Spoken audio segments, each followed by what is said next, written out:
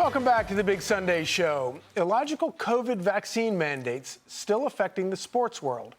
Unvaccinated tennis superstar Novak Djokovic denied entry to the U.S. Open, which officially gets underway tomorrow.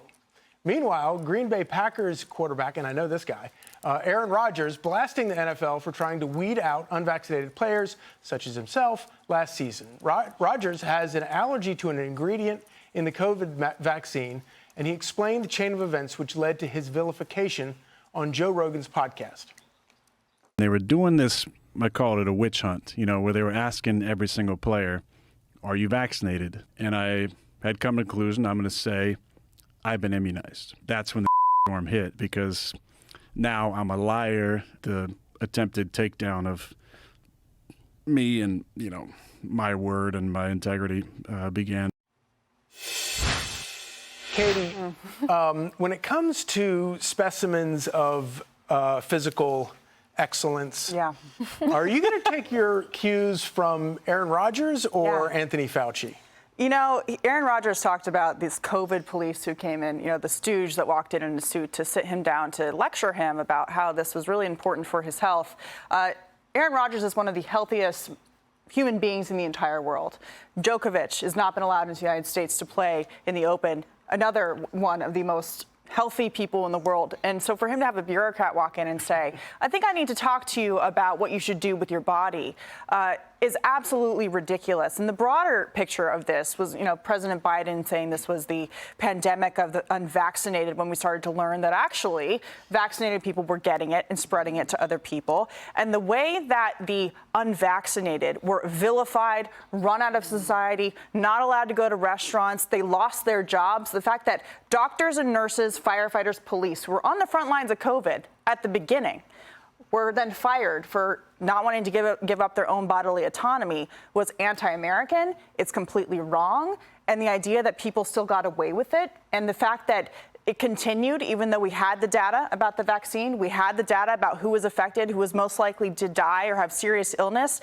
And the idea that D.C. bureaucrats in Washington, like Anthony Fauci and people at the CDC, couldn't just say they were wrong for the sake of their egos to continue to run Americans out of society was completely disgusting and despicable, and there's been no accountability for it at all.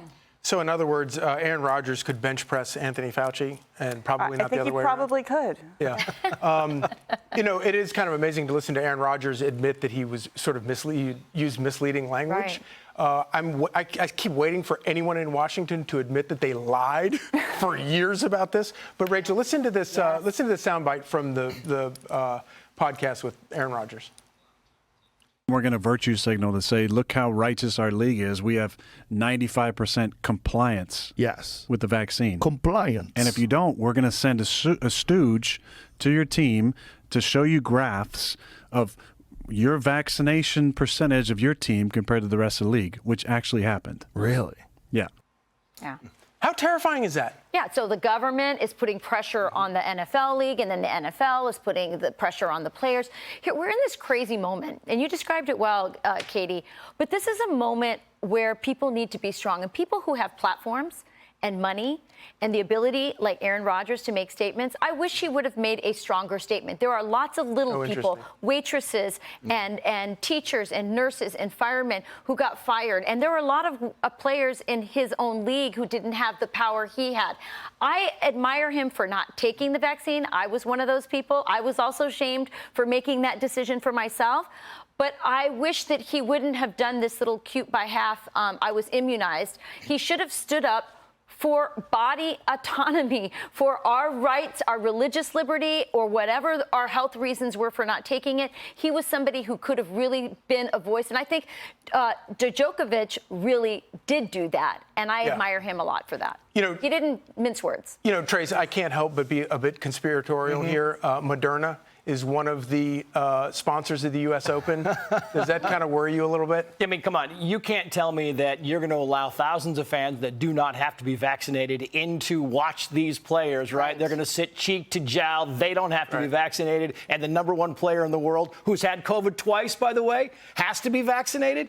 Come on, he's had it twice. It's no worries. We know, as Katie said, it doesn't stop you from getting it, doesn't stop you from spreading it. It might stop you from dying, but Novak Djokovic is not worried about his health, and neither should the tennis officials. I just want to say, lastly, thank goodness it's no longer a pandemic of the unvaccinated. It is now a pandemic of the semi-fascist. Yeah, right. We're on to the next we thing. are moving on. The next vilification. And rosary extremists. Hi, everyone. I'm Brian Kilmeade. I want you to do me a favor. I want you to click to subscribe to the Fox News YouTube page. This is the only way that I know for sure that you're not going to miss any great commentary, any great news bites, any great interviews coming your way on Fox. You can get it all here on YouTube. So subscribe right now.